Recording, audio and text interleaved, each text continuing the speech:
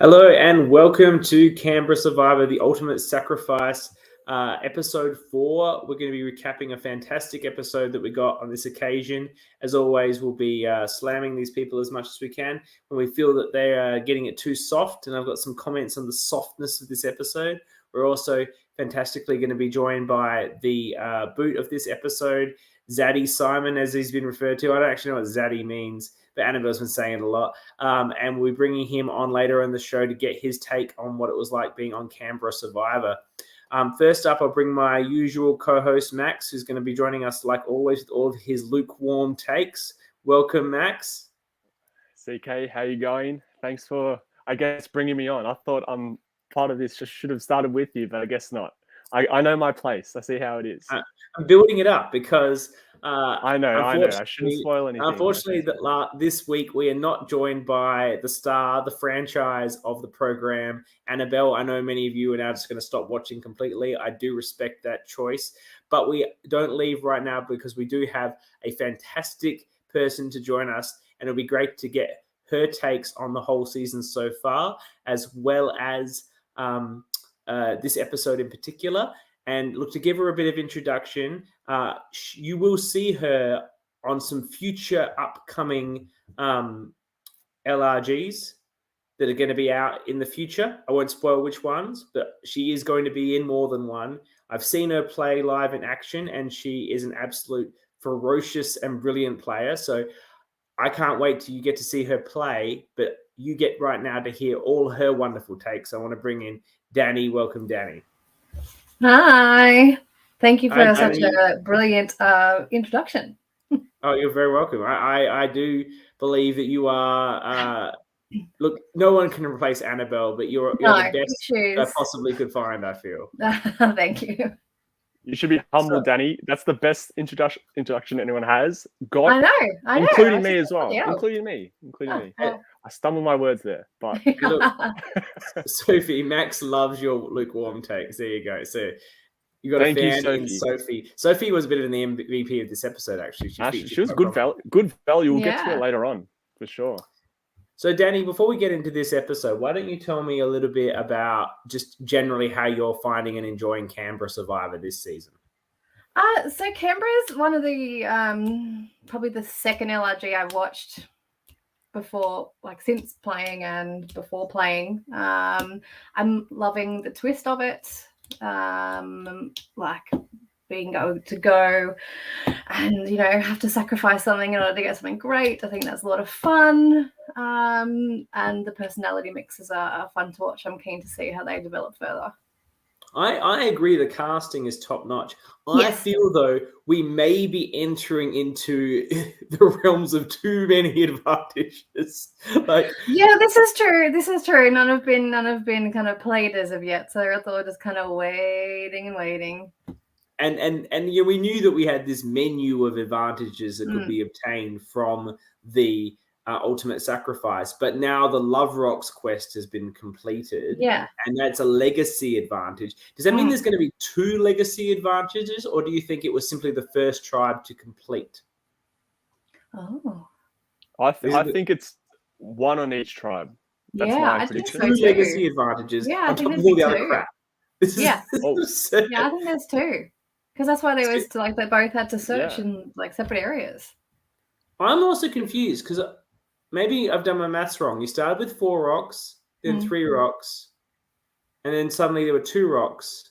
It seemed like we skipped at some point. I feel like the edit gave us a quick, just an express version from Cubadang where it was Sophie who found the first batch there, and then it was Joe who found the last batch where Michael and I think it was Sophie who did the rock off from memory. Did we see the 3 rocks at some point, or I might have missed that, to be honest? There are some episodes that I've been very tired in, not intoxicated. And I think just getting up Aston's comment, CK, that kind of explains where the progression of the rocks happened with the eliminated rocks have been taken out, if you want to put that up. Yeah, okay. All right. Oh, okay. So all right. Eliminating, yes. Thank you, Aston. That makes perfect sense. And there was an advantage, therefore, in eliminating Grace because you advanced further in the Rocks quest. more quickly. So yeah, I can see there's an advantage there. I think we had mentioned that in a prior show. That makes a lot of sense. I've watched this episode very recently. I know we're all very inundated with Survivor right now. I watched it again this afternoon because I was like, fuck, I need to. You're going to be on the show. You're going to need to talk about it. I personally have been really struggling, and I know everyone loves to hear about my circumstances, but my proudest achievement in life used to be winning that Praddy's Mini that I won once. But now I've won a real 30-day org. So now I have actually achieved something in my life. But it means I haven't slept for another month. Well done. Well, it's a huge achievement. Well done. Welcome to the club. Yeah, Max also won a 30-day org. Way before me. Never played an org ever.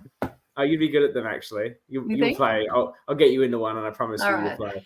I feel like you should have allocated at least 5 to 10 minutes for this slot, CK. So I have. Don't worry. It's on the run sheet. It's on the run. Still going. It's still going. The whole experience. Yeah. So we get. What was your strategy going into it, CK? I copied your strategy of just being a boring, nice guy. Apparently, it works. Apparently it does. We're 2 for 2. There you go. So unlike you, CK. So unlike you. Yeah, I was playing against Type to see what would happen, and guess what? I won instead of getting voted out as the villain. So onto the cast in this show. Who have you been really vibing with? Who do you really like? Dan. Me? Well, I think it's hard for me to go past Ma. Like, I just think socially she's top notch. She's there. Seems to be in the right place at the right time. Her read of people is great. And I think for me, she's top tier at the moment. She's absolutely the MVP of the show. Yeah. Do you think, well, here's a question for you, and without any spoilers, of course, because I mentioned you played in 2 LRGs. So you had the experience that Mara's had, where this was her second LRG. And I certainly feel she's playing an incredibly stronger game than she did when she played with Max and I the first occasion. She's a real star. She's really controlling the social connections. She's really controlling the alliances on her tribe. She's not being gun shy about, being in an alliance with Malcolm, but clearly also wanting to get rid of Malcolm. Like, she's like playing the game hard. Do you 100%. Think that happens from playing a second time? Oh, absolutely. Absolutely. I think you kind of learn what worked for you, what didn't, what to play up harder, what to shovel down a little bit more that people necessarily liked or didn't like. Experience is always better. Do you feel like you get to manage the pace of the game, especially in the live reality games, how it's just Survivor on steroids and it happens so fast? Oh, 100%. Like, making choices on a dime is crazy. I remember the first episode of Survivor AU this season, they were like talking about having a day and how hard that was to pick someone to vote out. And I was like, I've literally had like 5 minutes to do that. It's sort of easy with 5 minutes. Don't talk to me about how voting you people. Yeah. At least with a day, you've built some trust. I think they're getting to that point. I feel like they're getting to that point in Canberra Survivor right now, where they've been there for a few hours and people are feeling a bit harder about the vote outs. I think so the Love Rocks happened. Michael's got the advantage. It's a legacy advantage. He makes the very smart decision that he doesn't want to. He suggests he's going to tell people he has it, but that he can't bequeath it. And I feel that this is a lie that no one would believe. If you watch Survivor, you know what a legacy advantage. Like, I guess he'll say it's an idol that he can only play. Yeah, that was how I would. If you were going to say, you leave out that legacy word because but I'd be like, bequeathed. What's the point of it being a legacy if you can't leave it to somebody? I don't know about you people, but if someone said to me, I've got an idol I can only play on 2 particular rounds, I'd be like, that's a fucking legacy advantage. Like, that's what they always are. Yeah. But, I mean, it depends on also people's like depth of knowledge on Survivor and LRGs and what that looks like. Not everyone who plays LRGs has a ridiculous Survivor brain. That's true. And then that's what we had from Purple. Connor was still there for some of it. He was just got a second appearance. And then we move on to the Orange Tribe. I don't do tribe names for those. I've never done a tribe name in my life.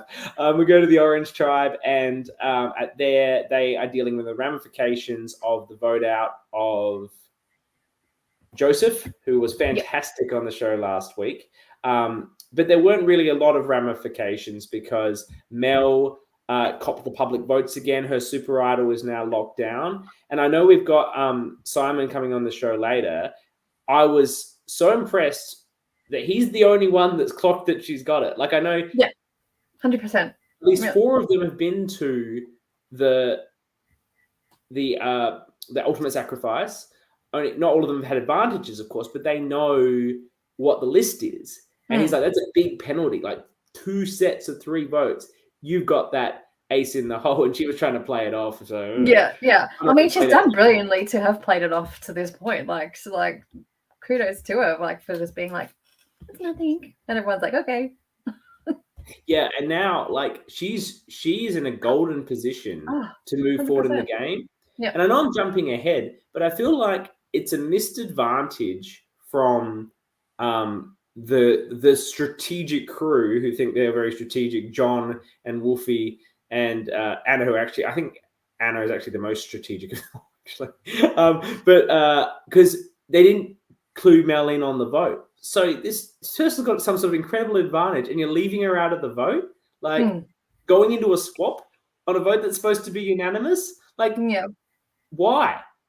Yeah, I don't know. I mean, did they clue her in it? Like, did she figure it out at Tribal when there was she live vote? Like, because her face was like, oh. And did then she change her vote to Simon? In Tribal? Or no, she voted. She did vote for Hayley, but Simon. She voted for Hayley. You see? Oh, did she? Okay. So she Mel voted for Hayley. Simon thought it was Mel who turned on him. That's right. Yep. Sorry. Yep. Which was interesting. Which was and you could.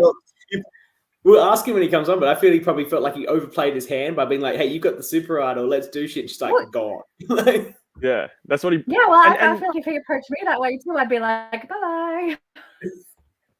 That's it. And credit to Simon. You're the only one who knows, and you need to be gone. Sorry, your video is just going a bit funny there. We're good. Sorry. What were we saying, Max?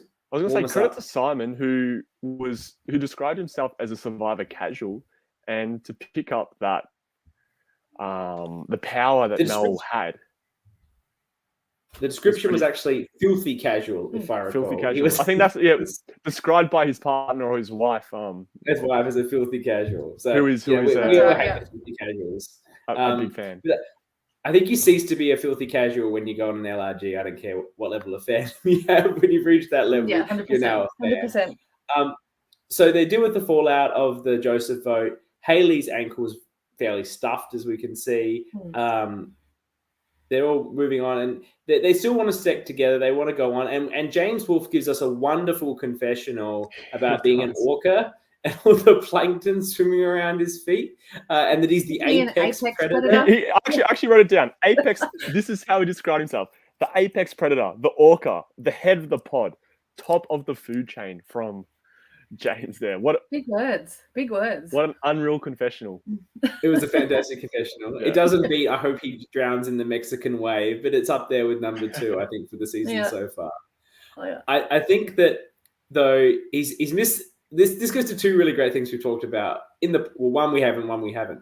One we talked about is the great thing about it as an LRG is only someone like James Wolfe can be the absolute alpha dog of a group of people. In that environment. Though he was pretty elite at the challenge, and we'll get to the challenge in a moment. He did actually alpha the challenge.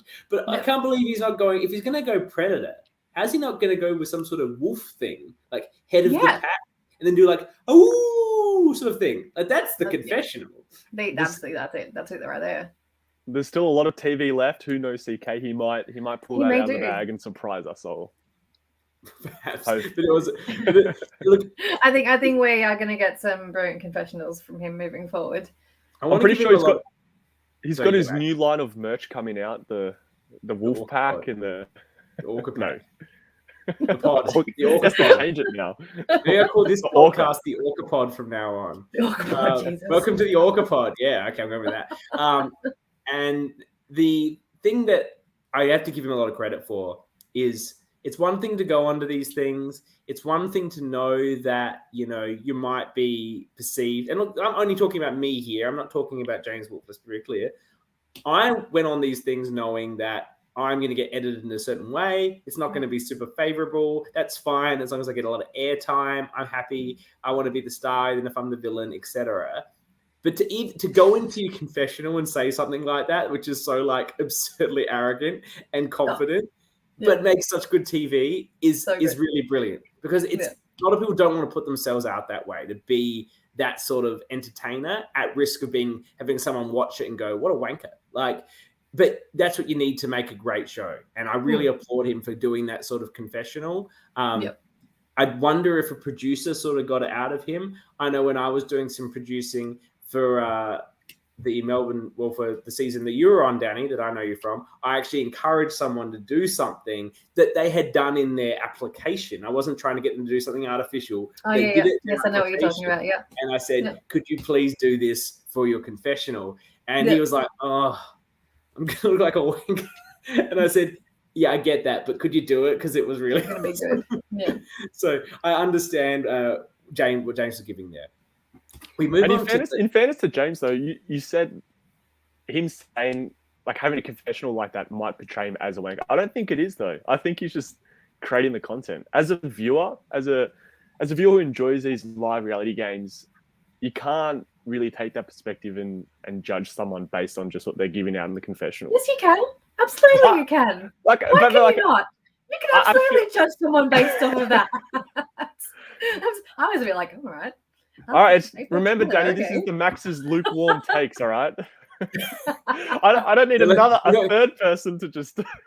You're not gonna burn your fingers on this one. It's just a nice little warm bath, like the kids want. That's it. Jesus, test the waters, Danny.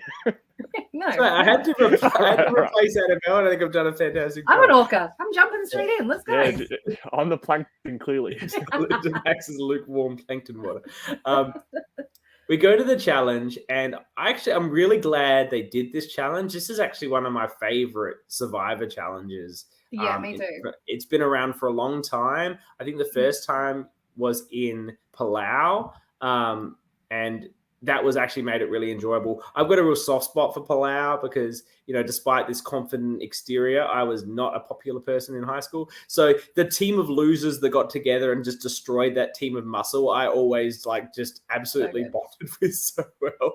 And, it was led by Tom, who was obviously an incredible machine. But, the rest of them pitched in and they were able to beat the muscle team. And I've always loved this challenge. I love that they've brought it back in Australian Survivor. But I don't like the decision of the hosts here to let Hayley sit out, injury be damned. Yeah. She should have had to start it and immediately hand off a bag to someone because that was perfectly within her capabilities. Yeah, 100%. I agree. And what we missed here, when Kabadang started, Joe palmed off her weight straight away, and that was missed by the hosts. So rewatching, we have Joe started with purple CK, and as soon as the challenge started, she dropped it off, and I think she passed it off to Banfield. So straight away, they dropped the number, and they had what I'm sure was their pre-planned team going into that challenge. Okay, Ma has clarified. I'm now no longer as mad at Dan and Liv. Okay. Her team still had to carry her bag, but now I'm going to criticize them for the TV moment because they should have made her do that on the show. Because then when Simon was like, let's get rid of Hayley, she's weak, she's holding us down, it would have been more poignant for her to have had to actually hand it off in the challenge. Actually having to hand it off too, that would slow them down in the challenge. It's her weight's there, that's great, but she actually got to give it to somebody, and then someone's got to take that on, and it's a whole rigmarole of that. Actually, Ma, you say they had to carry her bag, but your team, Kubadang, had two people sit out. So I presume that there was one to match Hayley, and then the normal sit out to even the numbers, because I think both Joe and Sophie sat out of the challenge. Am I right about that? Or No. What I'm saying, CK, Joe started the challenge, but straight away handed off her bag. Oh, okay. That's what I saw. Okay. Yeah, okay. And going back to the challenge, I want to talk about Mars' disadvantage being a 5 meter pushback, or the 5 meters behind. I feel like it was she got off very lightly for that disadvantage. I feel like it should have been weight distributed, like another bag. They had to carry another bag. The 5 meters is very easily caught up in a challenge like this. This is the hottest take you've ever given. Absolutely. I like it. I love it. Absolutely should have been additional weight. Or Additional both. weight, Additional or weight even and a length disadvantage. the 5 meters is a couple steps for a stronger team in that position. I really liked how they did it uphill as well to give some extra challenge to it. It gets the bit they do in the water where it gets deeper and then a bit shallow, and there's that opportunity to catch up when you're in those positions. I think this was really great. Like it can't, an LRG version of this I haven't seen before, and it was a really fantastic version of it. Yeah. I think they should be applauded, and I really enjoyed it. And, you know, I've been calling for a long time, ever since we did the initial cast assessments, that Purple were by far the stronger team, and it really showed here. Absolutely. Yeah, 100%. They dominated. And look, Simon and Wolf did everything they could to keep it going. And, you know, they were clearly the fittest people in their tribe, but everyone else just fell out way too quickly. So Mara is telling us that Winyu is the orange for me, is the 5 meter advantage and starting downhill. So they just sprinted and tried to catch. And I think they probably wore themselves out a bit with that approach and didn't quite make it. Our good friend Schneider. I still think it's a good advantage that Ma had. It wasn't too bad. We should jump back and talk about Ma telling some people about the advantage because she knew the disadvantage was coming.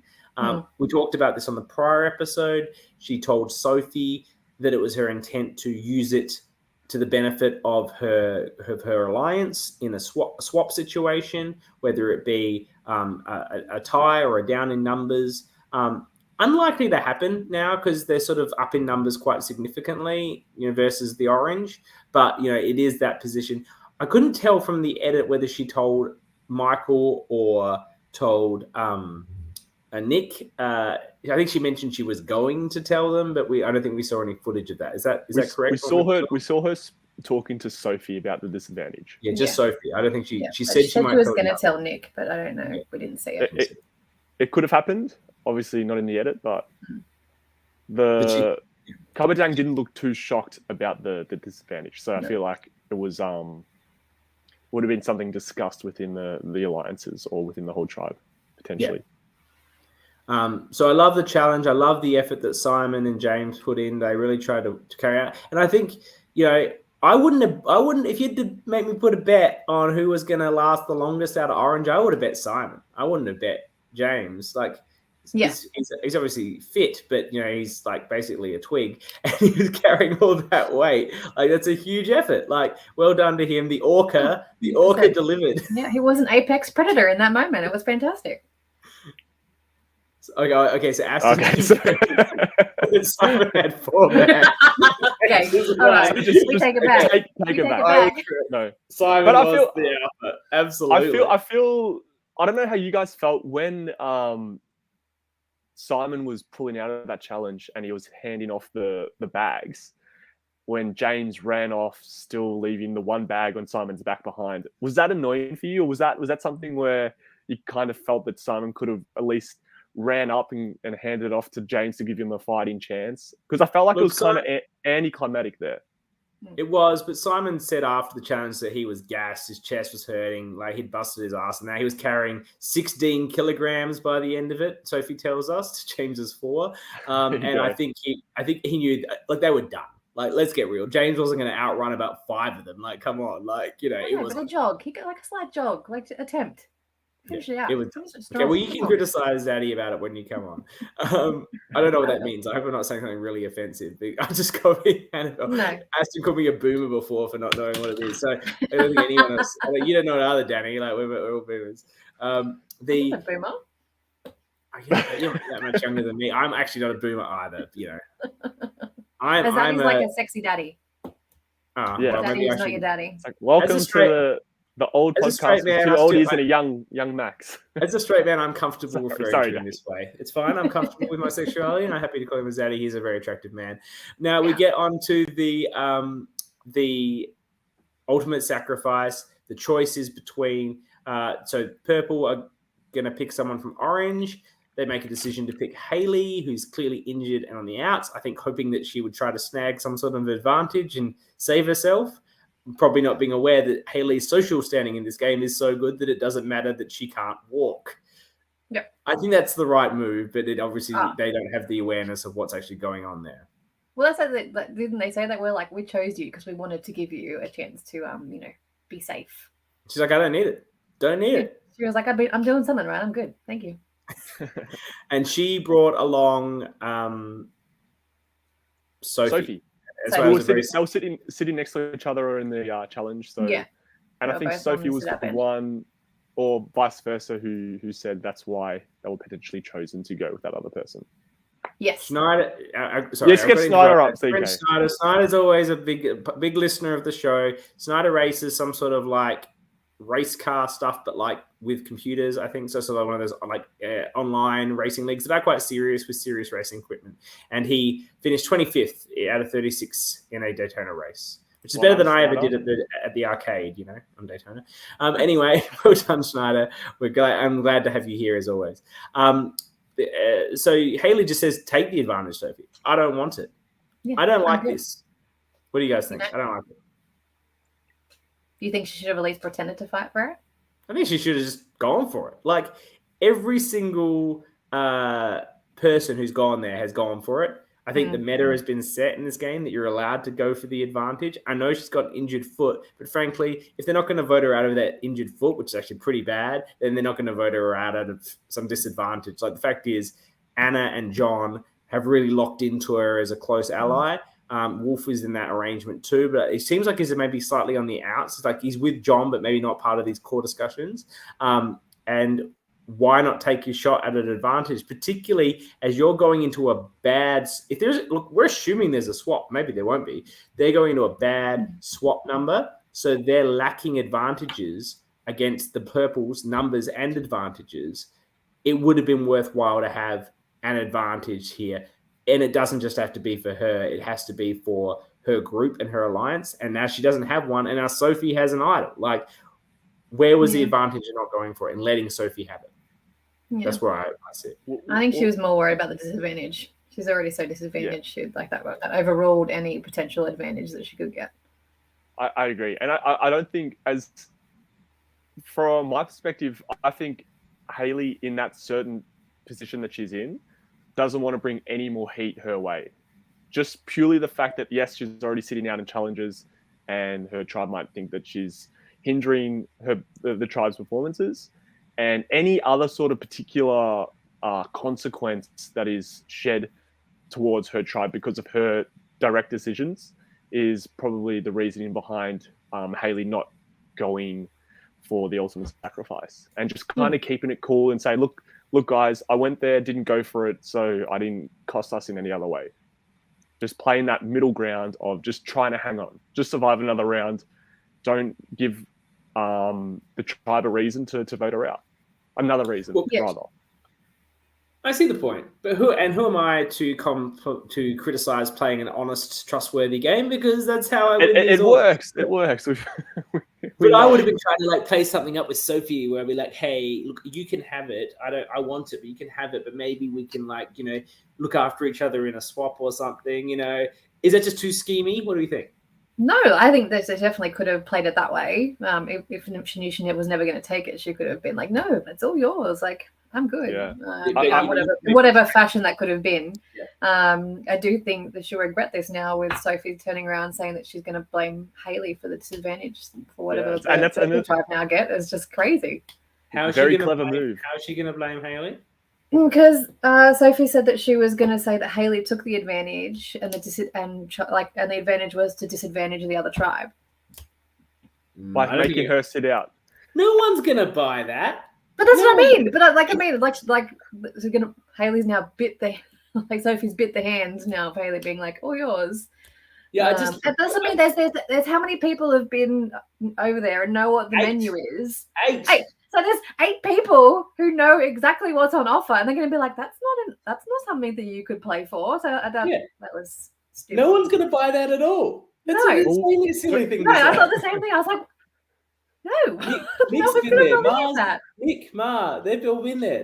Exactly. And that's not on the menu of things that you can do is make the other tribe sit someone out. Wow. Well, we're going to find out what... Is it, hang on, do you have to sit out or the other tribe pick someone? What's the situation? So Sophie's disadvantage is she has to sit out the next 2 immunity challenges. Could you imagine if Hayley had taken the advantage and got that as her disadvantage? It's on top of people. Like it's not just sit out. It's like on top. But she's sitting out anyway. No, I know, but that means there's 2 rather than 1. But there's still going to be 2 regardless, because Hayley has to sit out regardless. Yeah. Do you reckon there was a bit of production interference where they were hoping Hayley was going to pick, and every single box is sit out the next 2 challenges, sit out the next 2. No matter what draw you pick, it's just sit out the next 2 challenges to just. And now Sophie's like free ride. This is really not a huge it's a very circumstantial disadvantage. Like the challenges presumably are set up in a way this will be a disadvantage. But there's a lot of the challenge we watched, it would have been if you had the extra weight. But a lot of the challenges, like when they were taking it in turns to throw the sandbags into the noughts and crosses, or the puzzle and the sandbags into the bucket, like it wouldn't have mattered if someone sat out. That's been very individual. It hasn't they've been working as a team, but not together. It's been individual challenges as a tribe. So I do hope these next 2 challenges are ones that it is a huge disadvantage to be sitting out, because otherwise I don't really think this is a disadvantage. And Sophie just gets a bit of a free ride for a couple of eps. Yeah. Now, before we get to the vote, because this was pivotal to the vote, Joseph spoiled the next episode and told us the rain began and all these bastards have to go in the rain from now. Before I jump onto this, Sophie's coming. She wants to submit a rebuttal to our criticism of the game. Sophie says, for those listening and not watching, no, in my head, I thought it was a viable idea to say that Hayley took the advantage, and her disadvantage was that she had to pick someone from either tribe to sit out the next 2. Look, no one's going to buy it. Look, no. Call me wrong if we watch it and everyone believes this, and I get it. You are like 6 hours into this game and you are not thinking like, you would think in your optimal situation. No. So I'm not criticizing where you're at. I can't think anyone buying this.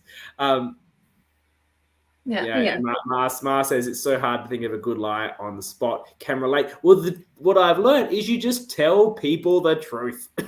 And that's what I mean. But there's so many all the other people who've been there have just kind of owned that they have something and what their disadvantage is. I don't see why it had to be different for her. Especially she seems to have trust with Ma. Yeah. Ma's already relayed what her disadvantage. Build on the capital that you have. And Mel has done the best job of this. Because she started it and she didn't tell them what she had, and everyone's just fine with this. Yeah. And then she's like, I have some votes, not how many votes she's going to get. She's just she's so vague about it, and no one's pressed her on it. It's crazy. I think Orange, she set a sort of a meta at Orange that they could be a bit deceptive about this and everyone would be okay with it. At Purple, everyone has been less forthcoming about what's going on. They're only telling their close allies, and Mars only telling Sophie about the thing. So because of that, I think that Sophie's like, oh, I gotta make up something here so that everyone doesn't know what I've done. And I do like the way Mel set it up, and I think it was a great way for her to do it. And everyone sort of accepted the position. I think Mel was the sort of player that can do it. I think if James Wolfe walked back from the first one, it's like, I've got an advantage. I'm telling you what it is. Everyone would be like, let's get rid of him. There's the type of person you are. Mel's a very lovely person, and people probably were already underestimating her. Not me, of course. I had her as my winner pick. Of course, I had her as my first good pick, so I keep calling her winner pick. I had her as a winner pick. And first episode, she's got a super idol. I can't control the advantage Geddon they're setting up in this show. I don't know when all these things expire because it's going to be a huge advantage Geddon. Well, we're probably going to get that on one of the episodes, whether it's the merge episode, or some potential swap episode, or up until the end where those with advantages have final 5 or final 4 where it's the last time they can be played. It could just be someone might be getting idled out. Disadvantage City or Rocks. Definitely going to be advantage Geddon at some point. Advantage Geddon. Now, they head back to camp, and I'll do this quickly because then we'll bring in Simon.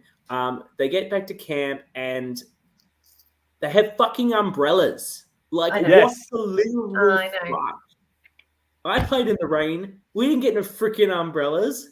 Did you play in the rain in one of your games, Danny? No, No. but I played in like -1 degree weather. Yeah. Like, no umbrellas. What the hell? Hey, like, not nitpicking, but Haley's solo umbrella at Tribal Council. Like the one that she had a whole umbrella to herself. James was holding it over John at some point. I don't accept this umbrella. I'm not a fan. If you don't want to get wet, you can go home. That's But also, same for the hosts. The hosts are under a pergola. Mars trying to underrate the Melbourne rain. Look, it was on and off. You're on Survivor. Melbourne, Deal with it. but you know the time that I'm talking about, Mar, where we were in the rain for a long time and no one gave us a fucking umbrella. I don't like it. And so, anyway, the vote comes. Simon's like, I had this early arrangement with Haley and with First Boot. What was her name? Sam. And that was his arrangement. Old guy, young girls, let's do it. Never really eventuated, I don't think, for her. But, Simon probably thought it was still happening for some reason. And he's like, I still got to vote her out anyway because she's just holding back the team, which she was. But the problem is he had a lot of people on his tribe that were very focused on their alliance and the core that they'd built up. And he just wasn't in that. Unfortunately for him, we'll be keen to get his view on whether he thought that was, what he thought was actually happening in that group, or if he thought it was still a bit in that, look, let's go team strong at this stage. It's a pretty straightforward vote. We've talked about what the votes were. He wanted Haley. We understand why. John and Anna, not Amy. Who was calling her Amy? Mel. That was Mel. Mel. She's like, Mel. Amy. Anna didn't want to vote out Haley because she is a core number for them in a swap. Whereas they felt like Simon they felt Simon wasn't going to be loyal. He comes across as maybe a loyal guy, but we can get his insight. So yeah, they called him a wild card. Wasn't it a wild card? They called him do you think he's a wild card? It's also important to understand. I feel like John had a very good episode this time, where he straight away acknowledged Simon's tribal proposal to get out the weak link, obviously being Haley, and we see John and his core, Anna and Haley flipping the switch to make it go onto Simon. So we're talking about how Simon was the only one, to clock Mel's advantage. John has absolutely done that because he was already clocked. He was like, well, Simon doesn't have one because Ma came back and she was disadvantaged. Yes. He's tracking who's got John, what. So he knows that there's something. He's just not. I guess I know that John is about it yet. I know John. And you're right, it was a great move for John, and it shows he's really on top of where the advantages are, and him getting frustrated at whoever he was talking to. He's like, no, he doesn't have an idol. Where would he get an idol from? That's right, because Anna was like, Where would he get? And I know when John talks like that, you get very frustrated with people that understand. But the what's going on practically. John has confessed. Oh, well, should we reveal that? Well, I guess it wasn't in the edit. They might put it in the next episode, but still. Mel told James and him that she had the super idol at that point. Okay, so little tidbit. Hopefully we see that next step. Yeah. So and that shows where potential alliances are gonna be formed coming forward. But yeah, look, I know John's like a super smart Survivor player. Like I know he's going to be like that. Not to credit him for seeing the things that like he saw. But I was just really impressed with Simon's approach there. I think it probably made Mel like wary of him more than anything. We're going to bring on Simon now. He's been watching us, so he's heard everything we've said, positives and negatives, I guess. And before I bring him on, I want to say that like he's really surprised me on this show. I had to do his cast assessment, and when we were doing comparisons to Survivor players, and I said he was going to be like Lee from like Australian Survivor season 1. He doesn't really know the show that well. He's that really good-looking older guy, athletic. He'll be a bit about loyalty and that sort of stuff. And to my great surprise, I think he was so much more like Matt Rogers, and probably Matt Rogers version 2, who was there to like, absolutely just have some fun, build advantages, even betray people. And I feel like maybe the rest of the tribe picked up on that vibe too. And that's why they felt he was a wild card and not just a stable, loyal sort of guy, which was fantastic because he could have been. I thought he was going to be a bit boring like Lee, and he was completely different. That he was very exciting. I think he brought a lot to the show, and we'll now welcome him. Simon, thanks for joining us. Right. Oh, he's even wearing his own shirt. Nice shirt, Simon. I feel like leaving because I'm a bit boring. So no, boring. You're listening. I thought you'd be boring, and you were amazing. So thank you for coming on, and thank you for being so good on the show. You said in your entry video you cast that you're a filthy casual, that your wife's a big fan. When you went in, did you think you were going to try to play? What sort of game did you think you were wanting to play? Honestly, I had no clue. Nothing at all. Nothing at all. It really snuck up on me. Like I said on the other podcast last night, I was just building sets and doing my thing and supporting my wife and, just sort of come along and be a bit of support. And then next minute I think it was a week out or 2 weeks out, I was asked if I wanted to be, what do you call it? Come on. A castaway? Contestant. Yeah. No, castaway. They used to call them castaways in season 1 and 2. No one does anymore. I was going to fill in. So I was going to Old fill school. in. Oh, you were filling? Yeah, somebody dropped out 4 days to go and it was in there and Carleen sort of said, oh, you're in. I went, oh, really? Oh, shit. Okay. So an alternate, yes, an alternate. I'm so glad. I don't know who they dropped out, but they can't have been better than you. I really loved you wandering up just to Hayley and to Sam and saying, "Hey, we're aligned. This is it. Go." Did you think that they'd actually bought into that when you said it?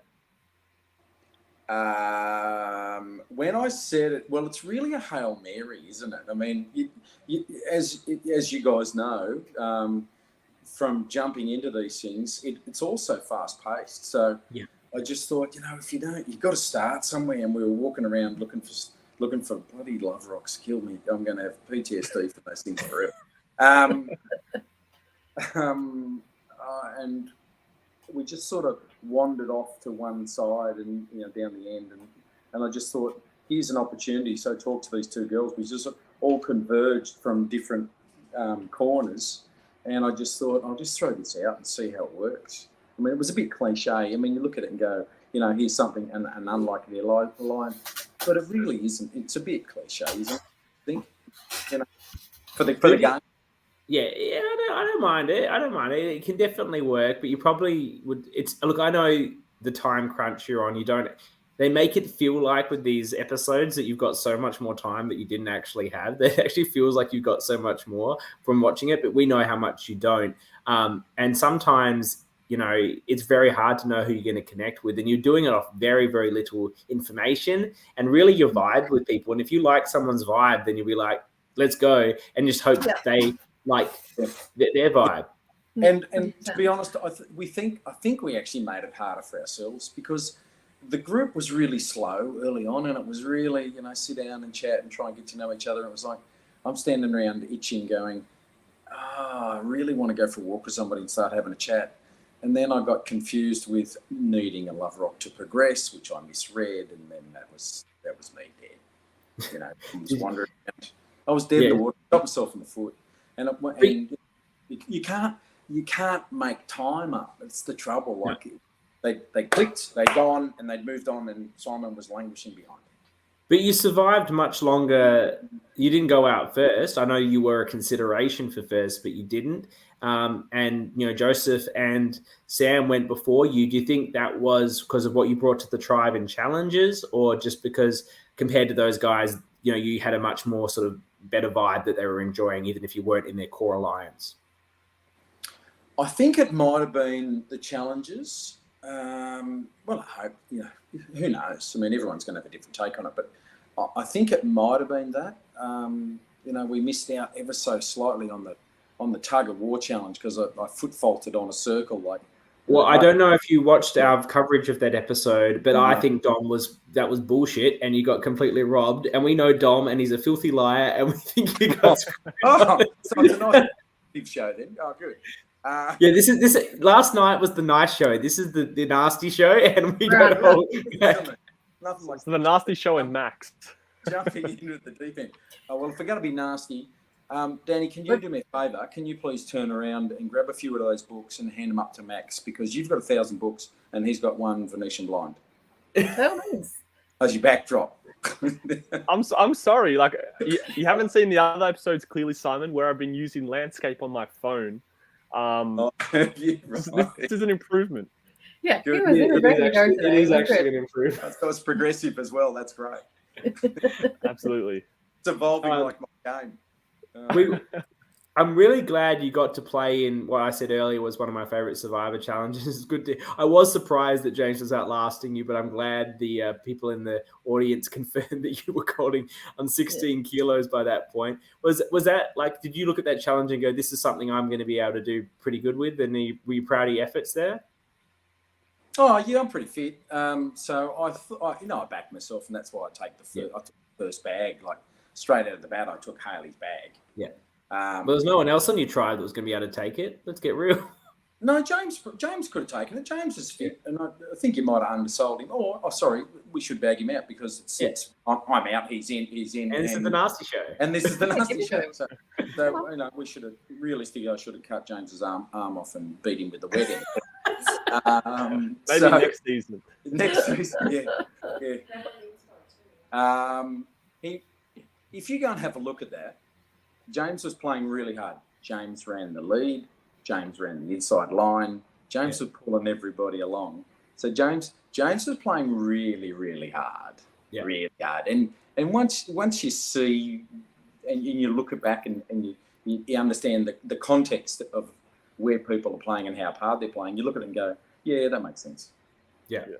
Anyway, but that's the game. I was playing too honest, and I just was playing like myself. I was trying to be motivational to some people in some of the challenges early on. There were some people there that were really doubting themselves or made out they were doubting themselves. This is the beauty of this show. Is it all a facade or is it real? Or you can't judge anything at face value. It's ridiculous. We have a question from Mal, contestant this season. He's asked, Simon, is it true you would have beaten me in the puzzle if you'd been wearing your glasses? I would have beaten you in the puzzle if I'd have started at the same time as you, Mel. You silly old. Look, aren't you coming? I feel like this is a challenge. We'll get you on live to do the miniature puzzle. You were starting on a bad base. Let's be real. Joseph took a long time to capture those. I feel sorry for Joseph. That was bad. It was bad. He took the bait.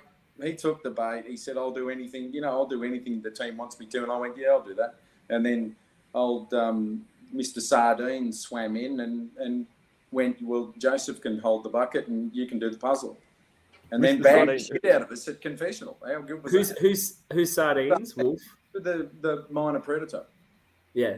Minor predator. Mao doesn't believe you. He said, righto, old man. Like, you're not an old man, Mao. Jesus Christ. You're asking for it when it's your turn.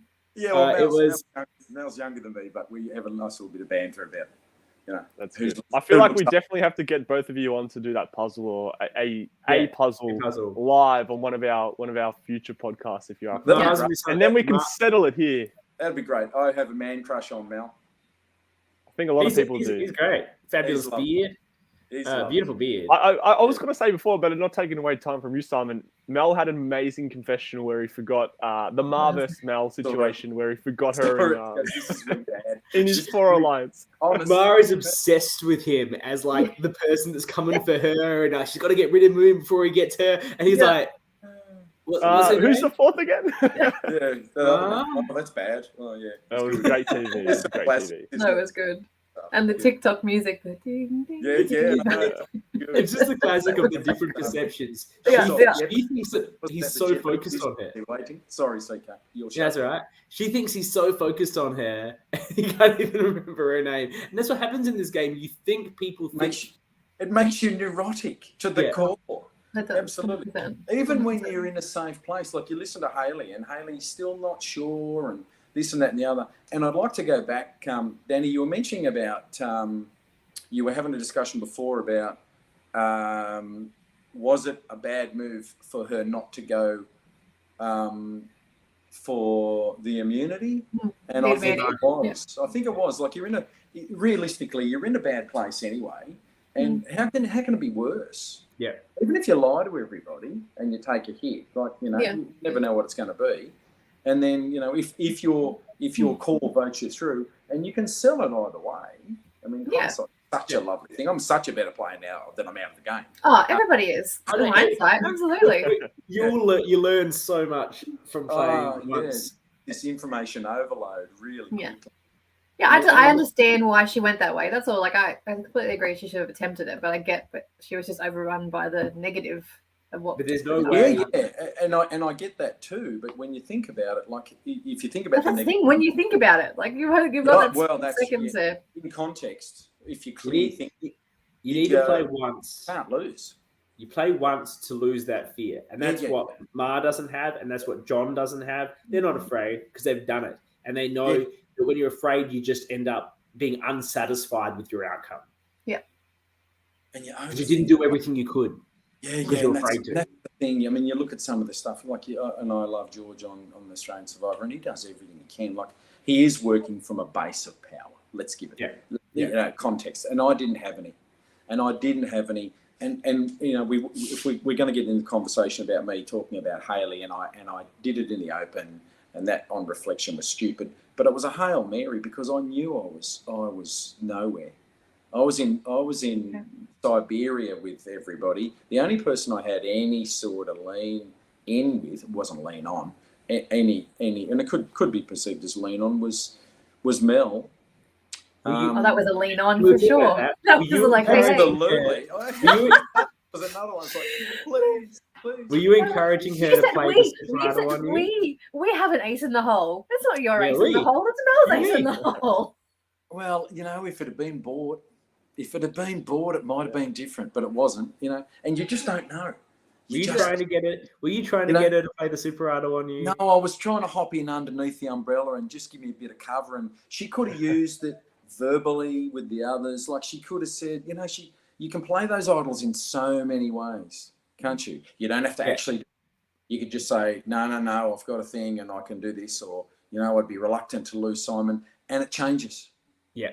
Yeah, because they go, she might play it on him. I think, and she was actually left out of the vote. So I guess there's a chance they could have feared that. And they did. So you saw her face at Tribal. She was like, after the public vote, she was like, "What?" She was left out of it. Yeah. Well, Simon, at the time, John revealed. Sorry, you go, Max. I was just going to say to Simon, in your exit interview, you thought it was Mel who was the one who orchestrated your blindside, as you said. Was it a shock afterwards or just to get in a different perspective when you found out that she voted with you? How did you find that? In that moment, or finding out afterwards? Or were you hurt that you thought that as we know, you've got no time. You've got to make up a lie in 20 seconds. You've got to you've got to do so much stuff, and I was hurting, and because it was a dagger to the heart losing. I'll be honest. And everybody's ever played, and it's the first time. So you're a competitive person too. You're a competitor, aren't you? Absolutely. I'll compete over nothing and focus on the ground. Yeah, I'm there right there with you. Me too. All the toys come out of the cot. All the toys. Yeah. Anyway. I've seen Danny play. She is the same. That's right. So you're sort of trying to work out what happened really quick, and you're trying to cope with what happened, and then you're betrayed, and there's a whole lot of stuff going on. And I think a few people were a bit worried about me because I probably stomped around with my bottom lip dragging in the dust for a while there for an hour or so. And then the next day when I came back, I was better. I was better. Look, it's hard, and it's certainly hard to go like fourth or in this sort of position, but like it could be worse. You could have been the first boot, and it's really hard. I hung around just before merge. Okay, I've hung around. Just before merge is brutal. I've hung around with first boots. It's really hard for them. Like, they don't like it. Like even in something like this, to mentally recover from it, it can be really difficult. So you can take it home that you didn't end up in that position. And I think, and you could have been. Like, I think there was a chance you could have been. I wanted to ask you about this. You've walked into a tribe with another sort of person who's an older age. We're not saying anyone's old, but an older age, and then 6 kids, as you probably perceive them. How did you try to integrate into that environment? I tried to be supportive. I tried. I think in a lot of ways, I think I was just being myself. I was just being a father figure, and I was just being supportive. It's the role. I've been an old bloke since I was a young bloke, if that makes sense. Yeah, I have. It's just me. And I'm a mentor and a trainer and a boss, and that's what you do. And I'm always trying to bring the best out of people. And you can change them a little bit. You can't change them a lot. Some people are, they're vessels that are 3/4 full, and some are a quarter full. You can only do so much. So I was if you listen, I don't know if it came in some of those interviews after the early challenges, but I think, and I alluded to it before, but there were some people either playing I'm not very confident card early, and it could have been, but and I was just trying to pump them up. And I remember lifting Haley up emotionally, and Anna emotionally, and Sam, because in that physical stuff, in the tug of war and those sorts of things, they appeared like they were doubting themselves. So I was just trying to I was just being me, really. Did you? Yeah. I like you. You came across as that, Simon. You weren't fake. You were I found you very likable on screen. Yeah. And even now, just having this chat. Oh, sorry. You and Max, Simon would be the best of friends. I can tell you this. We would have, if we're on the same tribe, we would have definitely hung out. You guys would have been perfect. Worked together. I was filthy that I didn't get to play with Mel, because we had a bit of banter early on. Yeah, you guys would have been fun together. Yeah, and we didn't even. I think Mel. We've talked about this afterwards, but I don't think we would have even have to have said anything. Would have just a look would have been enough. No, it happens. Max and I played together, and we were aligned from a nod. Like, we just looked at each other and nodded, and later on, like, Max comes up to me, I'm like, "I'm with you 100%." I'm like, "Yeah, I know, we did the nod." Like, we're locked in. Like, it just happens to people. Yeah. I think I try and tell myself I was just trying to get there was a fly in my face while I was happening to be looking through CK. Like, let's get out. No. It happens like that. Yeah, you just get to see the person. You go, yeah, that's it. I know I want to ask you the question you mentioned about being a boss, and maybe this is just my personality and not yours. But one of the challenges I had about being on my season that I played, a lot of people were like, I was 37 or 38 at the time, and I was way older than pretty much everyone. So it was a really, really young cast. How terribly old that is. Yes, I know. But on my cast, I was like, barely anyone had kids, so I didn't have any of that sort of stuff to relate to people with. And I'm a boss in what I do as well. I have people that work for me, and I'm also, do the mentoring thing with them. But I'm also in the situation when the shit hits the fan, I just feel like I need to step in and take over. Like, if no one's getting the shit done, someone has to step in and make sure this fucking thing happens. Like, do you have that in your bag? Yeah. Did you find that instinct coming out at all, that like, you're all morons and you need me to fix this, or did you hold back on that? Oh, I wasn't. You're all morons. It was more like there's a problem. No, it wasn't, because I mean that disdain didn't kick in because it was about Haley being injured. So it was like, we got to get this done. No, I mean just generally, not about Haley, but about just generally, like, if you felt they were drawing on that instance. No, I didn't. Yeah, I didn't. I could see it, and I could see the manoeuvring, and it's not me. Yeah. So it's, I was just like, okay, it is a game, and we've got to do this, and so I tried to test it. I mean, I should have pushed a lot harder. Yeah. But it's an unnatural thing to do. So it wasn't throw someone aside. And I could have, and my beautiful wife said to me before, she could have. You knew you're on the outs, and I did. I knew I was on the outs, and that's why there was a Hail Mary for Haley, and there was a, and you try with Mel with a golden apple. I'll refer to it as that. And you just probing, just a little. I wasn't too pushy. I didn't think. Danny, was I pushy with Mel? I just was testing the water. I was just trying to, because you made reference to it before, and I did, and I was just trying. I think you were playing a wonderfully subtle game. I think you weren't pushing, and I think that perhaps the rest of your tribe was concerned that you knew you were on the outs. They feel that a swap is coming. You're the sort of person that the purple tribe, the smart players there, they'll quickly work out that you weren't really in their group, and they'll just gobble you up and say, "Come with us." And with Mal, as you mentioned, suddenly the two of you are the best of friends, and you've left these orange guys in the dust. And I know, John, as I've said, we've played with him. He's a very smart player. James plays a lot of orgs. He's a very smart player. Like, these guys were quick. They knew exactly what was going to happen with you in a swap, and you weren't going to be with them. So it was time. Well, they called you a wild card. They were like, better the devil we know than someone who is not in our alliance. So isn't that funny? I'm a wild card because you haven't talked to me, because you don't I'm aligned to, because I'm not aligned, because no one's talking to me. Yeah, right. How we twist it. We twist it to suit ourselves. You're a wild card. No. I would have talked to you.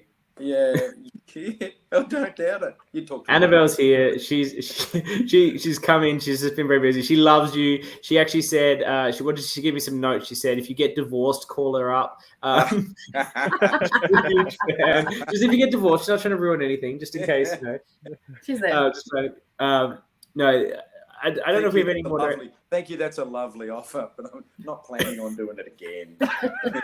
Really, you'll be so disappointed. Really expensive, but the coffers just aren't full anymore. You can't cut it anymore. Does anyone have any more final comments? I was going to say, Simon. So you brought up your wife before, and she has played in the previous season. Did she give you any tips or any like information that helped, or information that you wished you took into the game to, I guess, progress further? Annabelle, I saw that.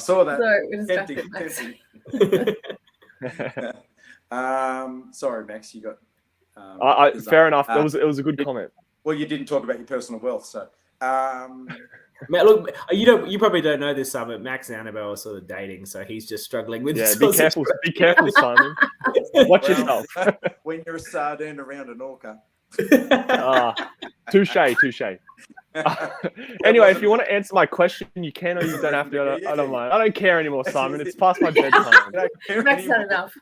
No, what I was saying. So, did you get any tips? Yeah. From your wife going to the game, and did you use them to your advantage, or did you think you should have used them a bit better? Well, hang on. Before you answer, Sophie says you can hear Carleen in the background. Bring her in, and then you can answer Max's question about whether you took her advice or not. I'm not dressed. No, you're not dressed. She's ready. She's ready for me. She's not dressed. Okay. So you probably want to end this interview fast as well, then. Did you take your advice? Oh, sorry, I got confused about the timing. We're still in. I was talking about something. That's funny. Yes, she did give me some tips. No, you didn't listen. There you go. You heard that? No, I didn't listen. And that'll sum it up nicely. Yeah, no, it's just moving too fast, and I'll plead naivety.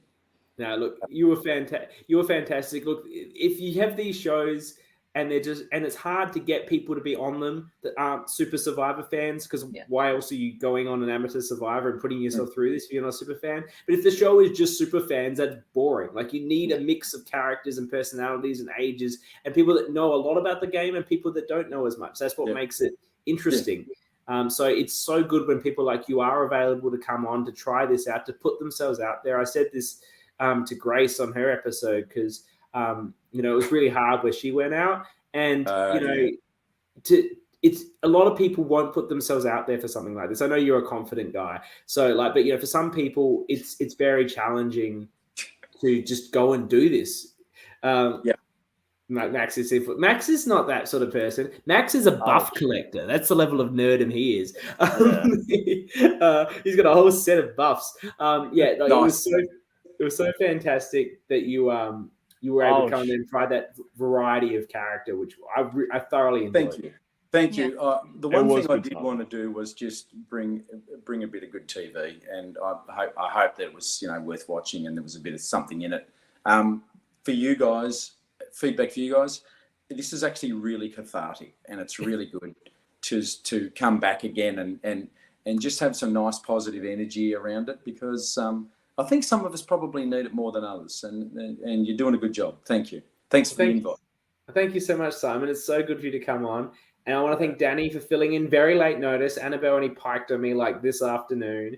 And I really loved your inputs, Danny. I knew that'd be great. Thanks for having me. I'm no Annabelle, but thank you. You're a ferocious player. No one can make up for Annabelle. And Max, I think without Annabelle here to push you down, you had some really great hot takes today. So well done, buddy. Yeah, I still have to compete against you, CK, but thank you.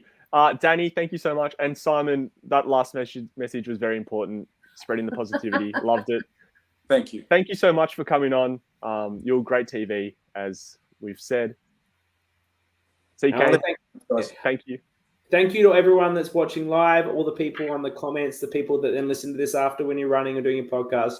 We love having everyone here supporting these Australian Amateur Survivor games. They're a labour of love. And, we're all doing this for fun, and it's a wonderful community. So everyone engaging with this, we thank you for listening. We thank you for watching. We'll be back next week with whoever the next boot is. We haven't been doing this. Like Simon, obviously you don't comment on this. Maybe we should make a pick for who's going to be the next boot. I'm going to bet. God, I have to get the cast out now. I'm going to bet Joe. Remember whose name? I'm betting Joe. That's what I reckon. Right, Max? I'm going to throw a spanner in the works. If Winyu loses again, I reckon James. I'm going to send him for a big target. Yeah. The Japanese are coming out. I don't think he will, but I'm just going to throw it out there because they might get 2 threats out, bang bang, just like that. Love it. And what about you, Danny? Who do you think is going to go? I think Sophie. I think they call her on a bullshit and send her packing. She's got an idol though. Wow. Did she see it coming? I can't wait to get the ORCA on the show, to be honest, because this is now known as the ORCA Pod, and I didn't have a good name for this show now. It's now the ORCA Pod, so I can't wait to get the ORCA himself. I hope he goes a long way, but also hope he goes soon. So I wanted that. Anyway, thank you. Can I just say there was one question you didn't ask me? Well, my one regret. My one regret was that I couldn't fulfil Grace's. What was her comment? That you hope Simon came and got you all. I don't know where that came from. It was amazing. Maybe she wanted you to get. I wish you got the all too. Me too. Grace. That would have been fun. Thank you so much for everyone. We'll see you next week. Be safe. Cheers. Bye. See ya.